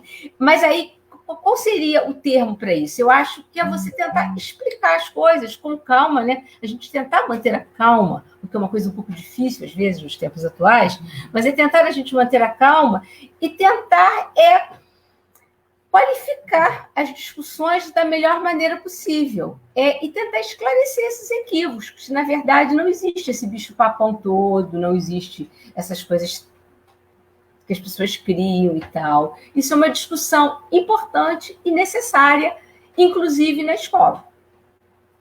É o que eu acho. Sobre a questão do capitalismo se baseando no colonialismo e no patriarcalismo, eu não sei se eu sou a pessoa mais indicada para responder isso, porque o que acontece? O pessoal de antigo e medieval, como a história ela foi criada a partir da época moderna, século XIX, existe uma ideia de que de você estudar a história, vocês devem ter pego um pouco disso, né, desse conceito, de que a história ela é mais importante, mais relevante, alguns conceitos fundamentais, eles surgem a partir da Idade Moderna, a partir da Revolução Comercial, principalmente a partir da Revolução Industrial, a partir do surgimento da classe trabalhadora, etc. e tal. O pessoal que é de antiga, de medieval, mas principalmente de antiga, não vai por essa linha, porque isso invalidaria todo o nosso estudo. Então, a gente acha que tudo isso existiu desde sempre. Então, na verdade, a gente não atrela, vamos dizer, a questão do patriarcalismo, da opressão feminina numa sociedade patriarcal a questões capitalistas. Porque, na verdade, quando eu falo da mulher romana sofrendo numa sociedade em que o pai de família, que o pater famílias era aquele que mandava, é uma sociedade patriarcal. Então, na verdade, você ser um historiador de história antiga é quase que você tentar subverter esses conceitos. Por isso que eu falei, eu não sou uma pessoa muito indicada para responder isso. Então, não nesse sentido, porque isso a gente meio que faz um recorte enviesado no tempo. É isso. E a outra, vamos nós, a Joana d'Arc, também está um pouco fora do meu recorte temporal, mas eu acho que a Joana d'Arc, ela tem uma... A gente tem que pensar também, a Joana d'Arc, embora depois ela seja santificada pela igreja e tal, ela se envolve numa política pesada da época da formação dos grandes estados nacionais, porque a Joana d'Arc é daquele finzinho da Idade Média. Então, ela luta, né, pela formação do Estado francês, mas ela se envolve naquela guerra pesada que envolve a formação da França e da Inglaterra. E aí ela acaba sendo envolvida nessa política de Estado, que é uma política também masculina. Então, eu acho que, de certa forma, a Joana d'Arc também sofre o fato dela ser mulher, porque enquanto ela está sendo útil ao exército francês, está tudo muito bem e tal. Quando ela é capturada e ela já não é tão interessante assim, já não é também tão interessante à França resgatá-la. Então, eu acho que tem várias formas. Eu também não sou especialista. A gente já está em Idade Média, e numa Idade Média muito tardia, né? A gente já está chegando na Idade Moderna. Mas eu acho que a gente pode pensar a Joana d'Arc também nisso. Numa mulher que tem o seu pioneirismo, né? Porque ela comanda um exército, ela é uma figura ímpar, né? Ela é uma figura que marca uma época e depois ela tem que ter todo esse seu pioneirismo, mas também ela está no mundo masculino, no mundo de poder masculino, e ela paga um preço caro por esse pioneirismo.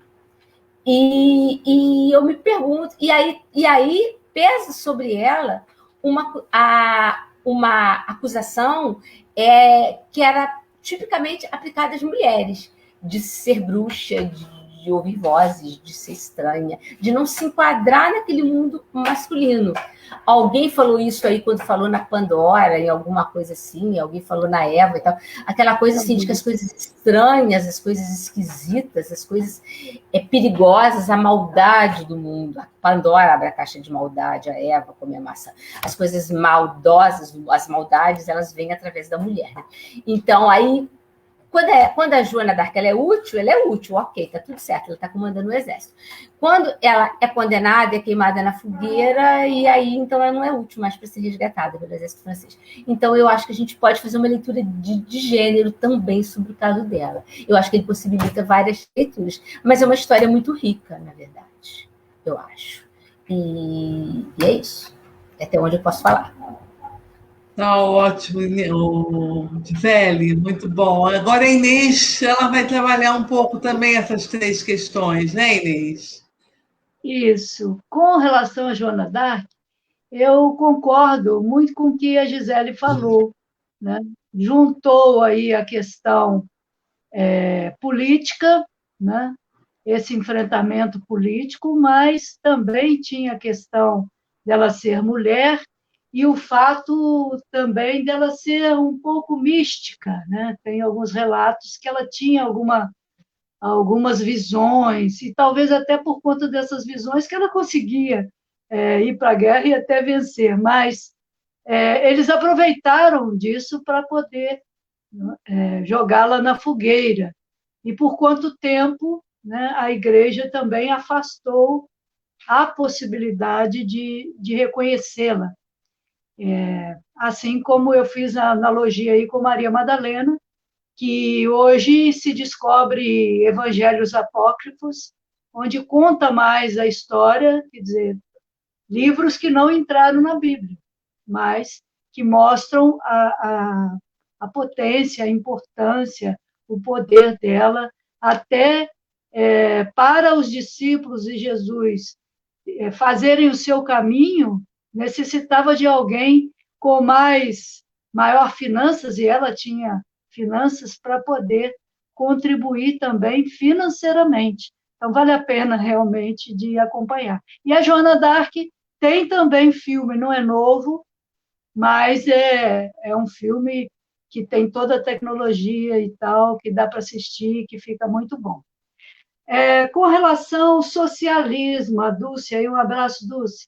A Dulce pergunta, né, se a questão dos direitos da mulher só vai acontecer no socialismo, se no capitalismo isso é possível. Eu penso que no capitalismo é tudo muito mais difícil, porque no capitalismo é exploração, né? Quem tem mais, quem está por cima, explora quem está por baixo, e só vai estar por cima porque explora, né? Então, a mulher, como um setor considerado que não é superior, vai sendo deixado de lado. Tanto é que eu vou fazer uma live quarta-feira, vocês estão convidados, que é Mulher e Trabalho. E nós vamos tocar sobre isso, né? Então, eu acho muito mais difícil, embora com a história vai melhorando, vai reduzindo a exploração, vai colocando mais cidadania.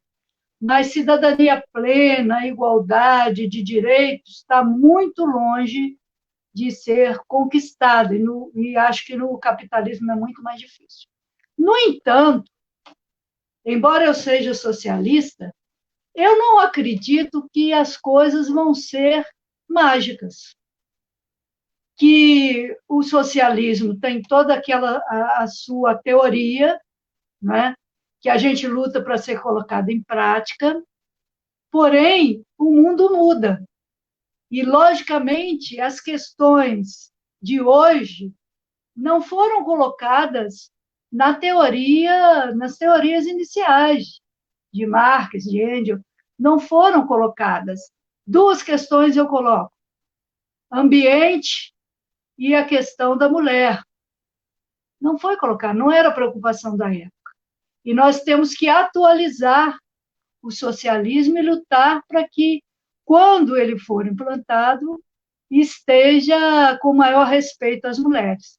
Mas isso só vai ocorrer se tiver luta agora. Há um tempo atrás, eu pensava assim, eu estava iniciando na política, eu pensava assim: não precisa lutar pelo direito das mulheres. Quando vier o socialismo, então tudo vai ser respeitado, as mulheres serão respeitadas também, terão seus direitos. Não é assim. Já foi provado, onde a gente viu inícios, né, de socialismo, foi provado lá na França, na Revolução Francesa, que é burguesa, não é socialista, mas que tinha todos aqueles princípios. Por quê? Porque está na cultura do ser humano. Homens e mulheres receberam uma cultura patriarcal e machista, e isso será levado a um outro sistema quando for implantado. Então, se a gente quer uma sociedade de respeito às mulheres, nós temos que começar a construir essa sociedade aqui e agora, né?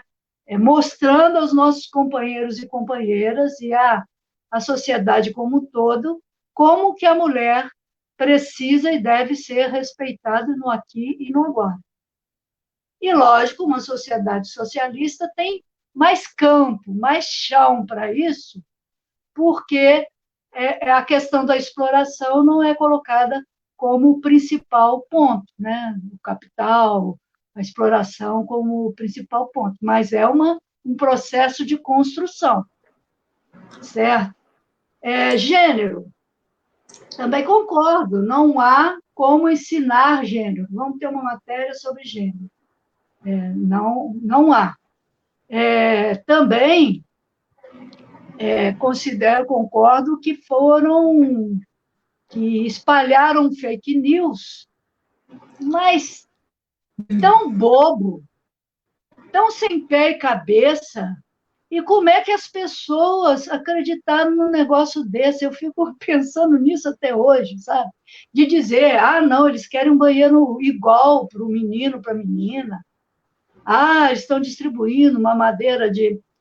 E também que a pessoa vai nascer, não vai se falar se ela é homem ou mulher, e quando chegar na idade adulta, vai poder escolher. Ué, não é assim que acontece? Hoje, sendo declarado ou não, não é assim que acontece, já está provado cientificamente que não é opção. Não sou eu, você ou qualquer pessoa que faz uma opção. Oba, agora quero ser discriminada, sofrer homofobia ao extremo, então eu vou ser trans, ou eu vou ser homossexual.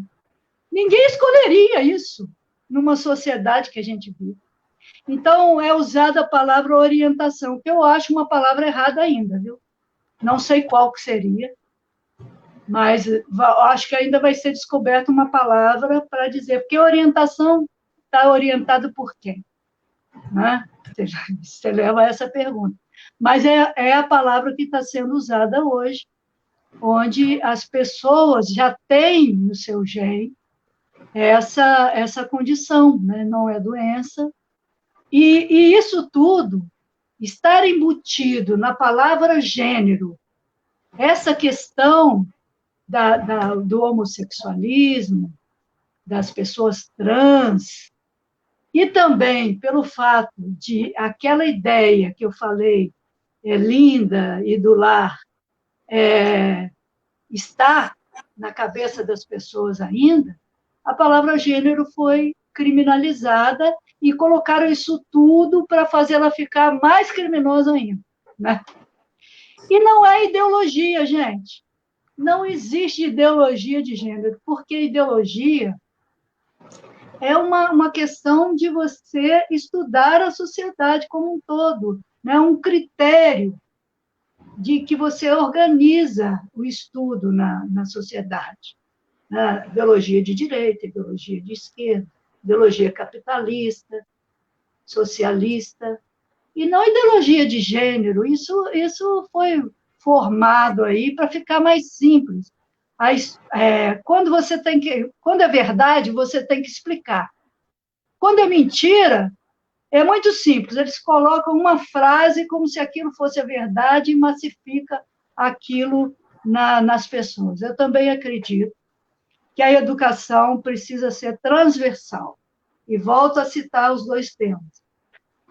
Ambiente e questões do direito das mulheres, daquilo que eles chamam de minoria, que não é a maioria, mas a minoria no poder, tem que transpassar em todas as matérias. Gostei de ver falar em química, falar em matemática, falar em todas as matérias, falando da sociedade, da pluralidade da sociedade. Isso é bom para todo mundo, gente. Isso não dificulta, não traz problema em lugar nenhum. Ao contrário, né? As pessoas serem respeitadas pelo jeito dela ser e ter os mesmos direitos e oportunidades naquela sociedade, mesmo sendo diferente, porque somos diferentes. Né? Mas, como cidadãs, como cidadãos, temos que ter os mesmos direitos, os mesmos deveres, as mesmas oportunidades. É assim que eu acredito na sociedade que eu quero, uma sociedade socialista e do bem viver. Democrática, hein?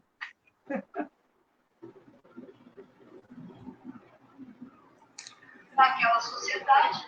Acabou então, né, Inês? Olha, eu acho que a gente já está terminando a nossa conversa aqui, né? Eu queria estar agradecendo muito, gente, essa pluralidade, né? Uma conversa tão rica, uma história tão comprida que a gente não consegue terminar aqui, né? E a gente pode ter outras conversas ainda. Mas eu quero muito agradecer vocês todas, foi muito bom. Eu queria ouvir novamente a Rosa para as considerações finais dela, Célia, Inês. A gente vai estar fechando esse momento de hoje. Nós temos um encontro na próxima segunda-feira, né? E a gente quer ver se a gente fecha esse mês de março, faz roda de conversa com esse tema da mulher, né? Você vê como foi rico hoje, como foi rico semana passada também, o que nós conversamos. Então, quanto que a gente quer que esta conversa seja um momento mesmo de troca, dança, de postura, né? E da gente começar a ver o quanto que o ser humano, na sua luta, e a mulher hoje, mais do que nunca, tem esse espaço aí que foi conquistado mesmo, né, gente? Então, Rosa, por favor, faça as suas considerações finais e agradecendo muito a sua presença aqui, te conhecendo, foi um prazer imenso. Eu que agradeço. Primeiro, eu quero agradecer o convite, quero agradecer também, eu dei uma passadinha no chat aqui, ó, já dei umas curtidas nos comentários, agradecer os comentários carinhosos, né? A gente recebeu bastante comentário carinhoso, um abraço, sintam-se abraçados, tá? Nessa época que a gente não pode abraçar fisicamente, um abraço virtual para todos vocês que tiveram carinho e paciência de estar aí e de compartilhar suas ideias também e falar palavras carinhosas, isso é muito legal. E a palavra é luta.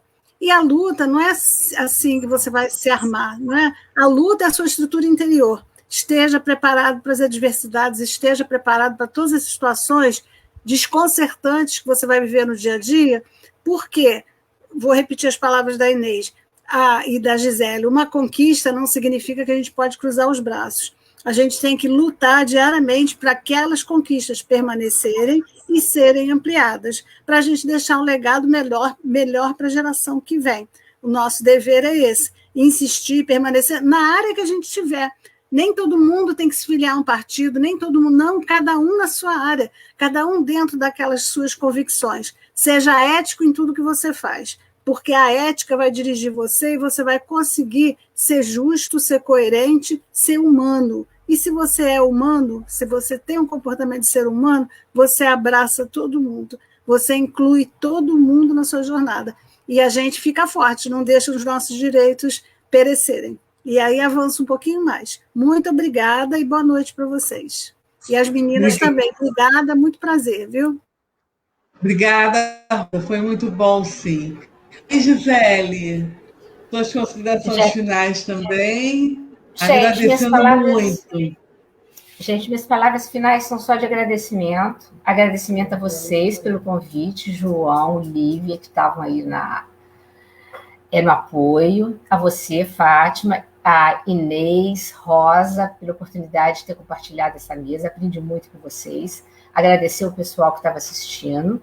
Espero que vocês tenham gostado. Espero que vocês tenham aproveitado a nossa conversa. Eu só tenho a agradecer. E é isso, foi muito bom e até a próxima. Nada mais.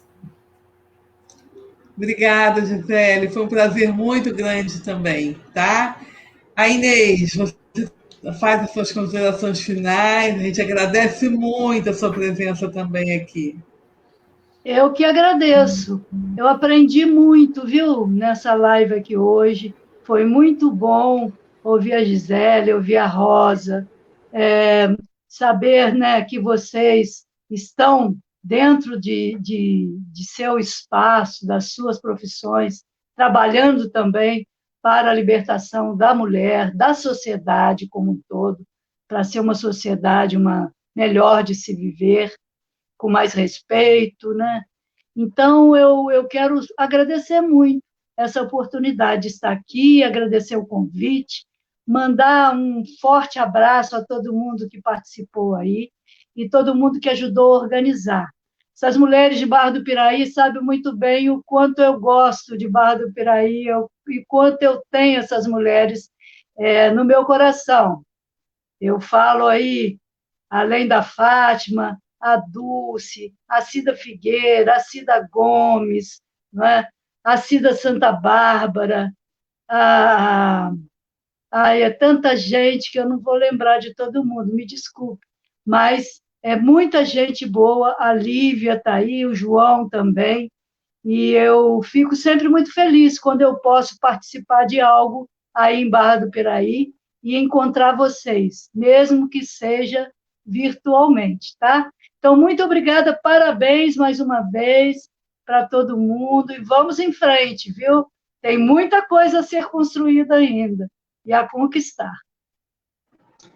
É verdade, né, Inês? Temos muita coisa ainda para fazer. Que bom, né? A vida é isso, a vida é a luta. Eu acho que essa é a essência mesmo da vida, a gente poder estar dando espaço e pensar em tantas mulheres que, pelas conquistas delas, hoje nós estamos aqui podendo continuar esse movimento, né? Eu só tenho que agradecer bem essa oportunidade. A gente vai estar voltando semana que vem com uma nova conversa. Eu acho que é esse o nosso objetivo, né? Eu acho que a conversa vai tecendo essa resistência, vai ajudando a gente a entender melhor tudo isso que está dando, né? E nada como essa troca mesmo, esse encontro, que faz a gente ficar até melhor mesmo, né? A gente vai se transformando em pessoas melhores, né? Então, agradecer Lívia, João, que estiveram aí por trás, fazendo todo esse movimento para que as coisas acontecessem. Cida e Tânia também, que estiveram presentes nesse movimento. E a gente vai estar voltando aí, né? Semana que vem, a gente volta com um tema sobre a mulher. E é isso que a gente quer, né? Que cada conversa nossa seja um momento mesmo rico, né? De aprendizado, de descoberta, e de que nós somos importantes nesse mundo de Deus, né? Então, eu só tenho que agradecer também, tá, gente? Uma boa noite para todos e todas. E a gente vai estar juntas, assim, mais próximo possível. Tá bom? Um abraço a todas. Obrigada. Tchau.